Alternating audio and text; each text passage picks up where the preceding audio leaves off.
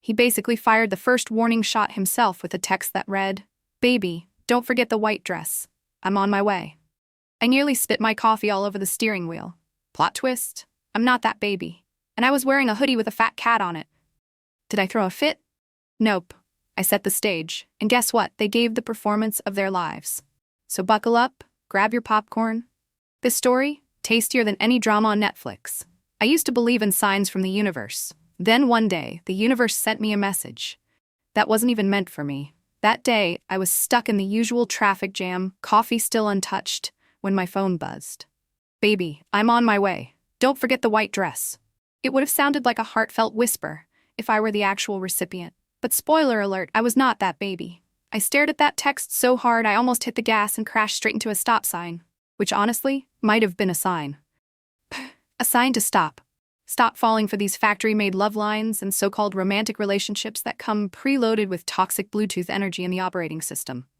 I laughed. Then, I cursed. Silently, of course. Out loud, I stayed locked in my ideal girlfriend template. "I'm fine, babe. Love you too."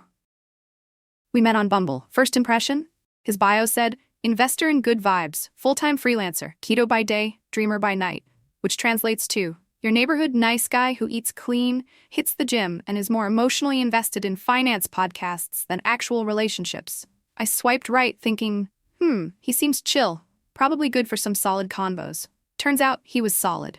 Solid like one of those detox tea ads, looks clean but flushes out every drop of trust you've got. At first, everything was adorable, in a suspiciously curated way. He played the online dating game right, asked thoughtful questions, listened, showed genuine interest. We even had some sweet at-home date nights, dinner, TED Talks, then heated debates about when to buy Bitcoin. He, of course, was go all in early, which now that I think about it, was exactly how he treated me. Rushed investment, quick exit.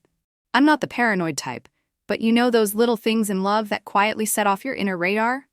Lately, he started smiling at his phone.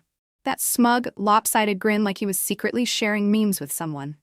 Then at night, he'd claim to be on Zoom calls with his international team. Except, weird thing is, he freelances alone. He also started dodging any serious conversations about our relationship. I asked, "Where do you see this going?" He goes, "Let's just enjoy the present. Who knows what the future holds?" Excuse me? Is this a relationship talk or an audition for a lead role in Just Vibing, pain optional? Working in media taught me a survival skill. Anxiety always speaks before the truth shows up. So I didn't lash out. I opened my Google Calendar, scrolled through every day he claimed he was on a work trip. I took notes. The nights he came home late, the times he seemed distracted, the evenings he smelled like detergent that didn't belong to our apartment. I checked the message logs. What time they were sent, who texted first, what phrases kept popping up. And then, I found it, a pattern. And let me tell you, this pattern did not belong to a busy single guy. This wasn't a love story anymore. It was an emotional IP address trace. The funny thing is, my heart wasn't even mad yet. It was my brain that flipped the switch to revenge mode. If he wanted to play Two Phones, Two Lives, then fine. I'd be the director. This story didn't start with a love confession. It started with an accidental text. Like the universe got tired and hit the wrong send button. But you know what? I didn't blame the universe. I blamed Bluetooth for not encrypting the cheating vibes better. After that fateful message, I didn't ask whose baby or which white dress. Nope, I asked, "Hey, where are you headed this week again?" Sounds sweet and casual, right? Classic misdirection move. And he replied, smooth as butter, "Chicago with the sales team. We've got some internal training." Adorable, right? So professional. Small problem though, he's a freelancer, no team. And if there was a team? Pretty sure it was team cheating in love. Nightly meetings, white dress code led by my boyfriend. I started putting the pieces together. His dating habits. The nights he was offline. The went to bed early feeling tired excuses. The last minute canceled dates because he was closing a big client deal. I cross-checked call logs, matched timelines with Instagram stories, and then stopped at one suspicious call. 2 a.m. on the exact night he claimed he was asleep early. I traced the number. Not unfamiliar, not random, not far. It was his ex-wife. Oh right, forgot to mention this part. Early on he had his honest moment with me, shared his deep personal backstory. He used to be married, but it was full of family drama. The ex was super toxic, and they were completely out of contact now. Back then I thought, Well, everyone's got a past. Now I think, sure, but most people's past doesn't text heart emojis, call at 2 a.m., and still have their number saved. I stayed silent. No confrontation, not yet. I just casually liked a few old Facebook posts, the ones of him and his ex-wife, from 5 years ago. The kind of likes that definitely get noticed. Just a little memory nudge, like a whisper from the heart, in outdated data format. 3 days later, his ex-wife slid into my inbox. No hi, no sorry. She opened with, I know who you are, but I thought he was over you already. I laughed. Even the soles of my feet laughed. I replied with just one line, that's too bad. He still doesn't know I'm not over him yet. At this point, the love story had quietly transitioned into a soft revenge thriller. No blood. But trust me, no one's leaving their seat. I knew they were still entangled. Could have been emotional cheating, or the old friends don't sleep alone kind of cheating. Either way, I didn't need a confession. I just needed one thing, that they didn't know I knew. Because people only overact when they think the audience is still naive. I didn't make a move. But every little thing I did was already a warning shot. A kind of relationship advice, delivered not through words, but through side eyes, silence, and perfectly calculated shady plays. The game had started, but I didn't need to make the first move. All I had to do was let them overplay theirs and fall on their own. Me? I popped popcorn and watched. Too calm for you? Maybe. But really, why ruin my elegant, radiant vibe by lunging into chaos? No, I'd handle it later. Smooth, precise, and most importantly, quietly. The kind of quiet that still keeps people up at night. What's the fun in revenge if it's obvious? Let them expose themselves. I'll just clap at the right moment. I said the game had begun, but no one realized I'd built the entire stage. Spotlight? Mine. Mic? Mine. Script? Also mine. All they had to do was act like who they really were. After reading that I thought he was over you message, I had 10 different responses lined up in my head, from polite shade to full-blown scorched earth. But I went with the perfect mix of spicy and classy. I forwarded the baby don't forget the white dress text straight to the ex-wife. No extra words, no emojis, no caption. Just forwarded. And that alone hit like a bass drop in the middle of a lo-fi dinner party. Less than 10 minutes later, she messaged me. What exactly are you implying? I left her on scene. No reply. Because when you're sitting in the power seat, you don't need to speak. Your breathing is enough to make them shiver. 2 days later, I asked him to meet at our usual cafe. The one with strong Wi-Fi and flattering lighting. Perfect for playing the role of the clueless, supportive girlfriend. I sat across from him, ordered my usual matcha latte. He showed up flustered, like someone who just got into a fight. I asked gently, "You okay?" He gave me a tight little smile. "Yeah, just tired from a deadline." Deadline? You mean the public exposure kind? I thought to myself, but on the outside I wore that perfect "I understand, but I'm staying quiet" smile. Right then, his phone rang. Screen lit up. Ex-wife FaceTime. He looked at me. I looked at the screen. Silence. Then I nodded. "Take it. I don't mind." And I even scooted my chair closer, just enough to be in the frame. He hesitated for 1 second. Then tapped accept. The screen lit up with his ex-wife's face, shaking with anger, eyes blazing like she was about to throw her phone through the screen. First thing out of her mouth, that message the other day. "Baby, don't forget the white dress. Who the hell was that for? Or are both of us just episodes in your little love podcast series?" I said nothing, just sat next to him, hit mute, and sipped my latte. Now this was a live show. We had drama. We had lighting. We had the lead actors. And me, front row seat.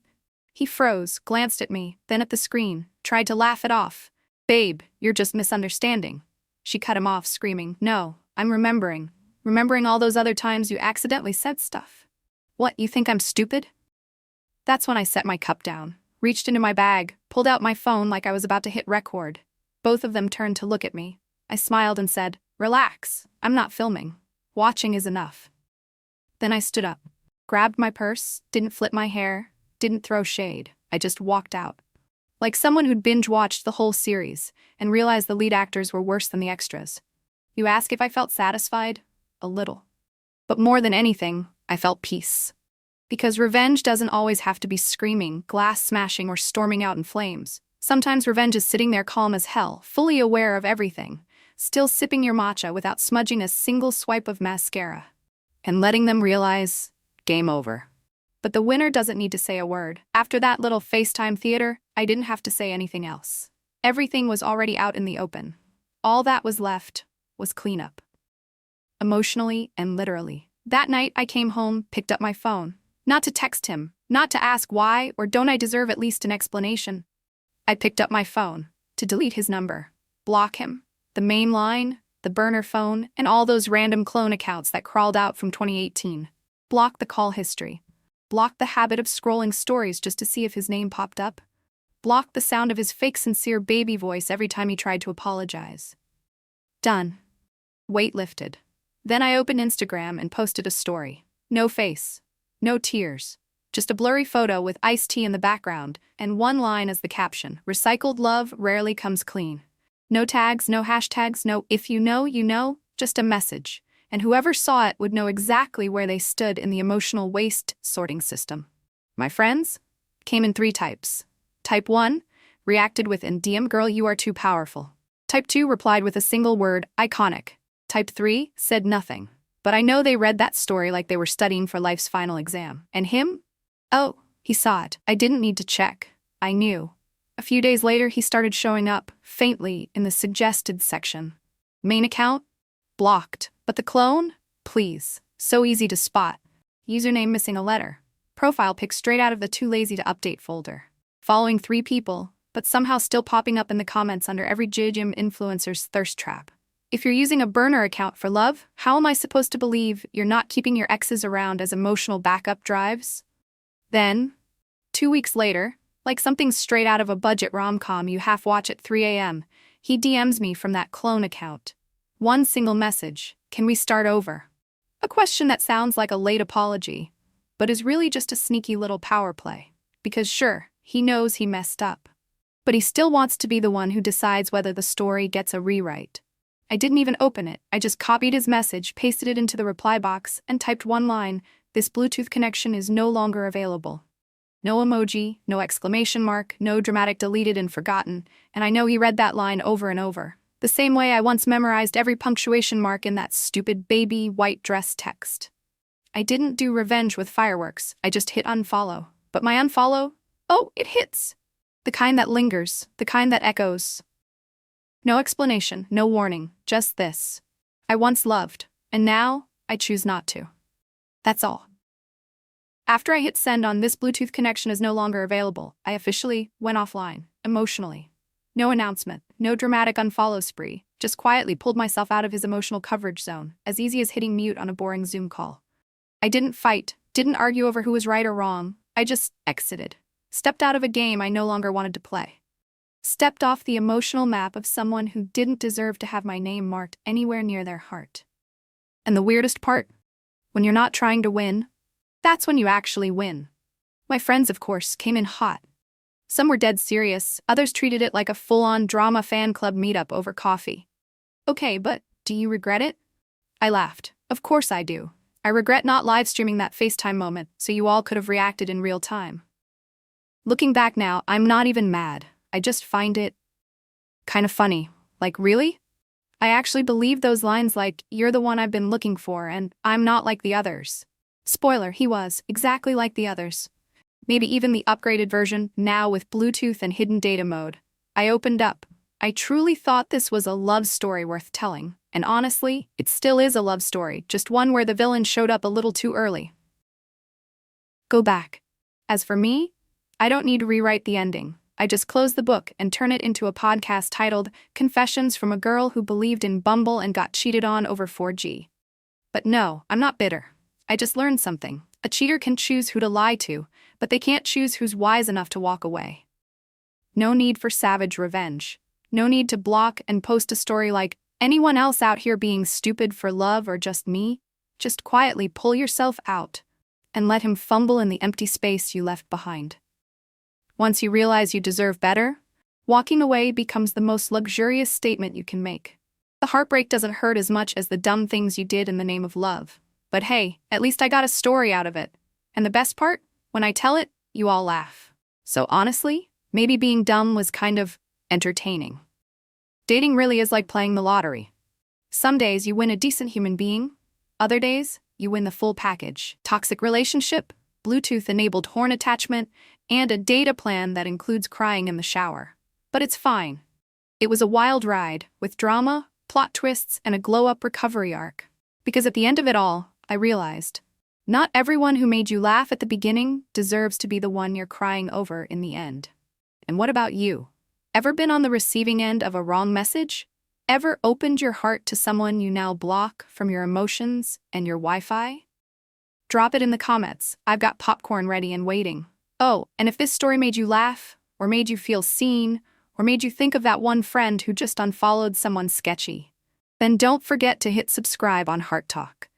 Here we don't just tell love stories, we tell breakups too, and we make it worth it.